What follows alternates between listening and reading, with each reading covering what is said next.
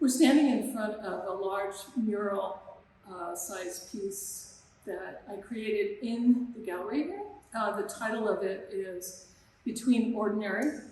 Chris Rupp, the designer, created this floating wall. We often just call it the wall. And I just wanted to talk to you a little bit about how it came about. I created this in my studio ahead of time so that I knew, so the installation would go very smoothly. So in order to duplicate where I had placed everything, I took a large pieces of tracing paper and actually traced where each drawing was. I numbered them, I photographed them. So I had, I think, 3 or 4 large pieces of tracing paper that we therefore dropped over the green painted wall once it was dry, and numbered things and put them out. I took a lot of photographs to make sure I got the right drawings in the right place. And that also helped me remember which ones came off the wall and which ones were flat against the wall. So that's a bit of the sort of technical, tricky stuff that you might not even think about. Well, hopefully you don't think about too much, but hopefully the piece kind of transforms and transcends the technical, but it's kind of fun to know that. The idea that it's floating, I think, is really important because it continues sort of a sensation of things moving and spinning, something that's a theme in a lot of my work. Some of the drawings here you'll see these yellow ones and these darker gray ones are done with gouache or ink right on paper, and this is paper that I've handmade.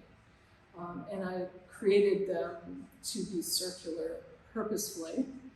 I like the idea of the circle because it's obviously not a square or a rectangle, which is a common format, and kind of the grid, the square grid, sort of stands in for modern contemporary society. And as an artist, it also has certain compositional relationships that I was interested in moving away from. The circle represents eternity. It's also often referred to as a more feminine form. Here we are on the other side of the green wall, and I was pointing out the different colored elliptical shape on the other side and how it is echoed directly to this. So I didn't choose all the shapes to transfer, but I chose a few of them, and this was the one that I was standing in front of before. So to follow along the lines of the exhibition, to me this is, again, an instance of kind of playing with the between. The green wall is called Between Ordinary. The exhibit is Amplifying the Between. And conceptually, having them relate to each other, it was really important to me in that, so I'm kind of dividing the space in a different way. I'm not dividing it compositionally, but I'm dividing it in front and back. So from the other side, I created this circle, which is a direct echo of a yellow shape that's actually on the prints that are on the other side of the wall. And it was very important that any of these yellow, circular, or oval-like shapes that you see are directly echoes of the other side, because conceptually I think of the piece as one. You'll notice that aside from these 3-dimensional drawings that are on the wall, there are 2 colors that you might see. The main color is a green background, and then there are oval, circular shapes that are subtly different in tone, a little bit more yellow.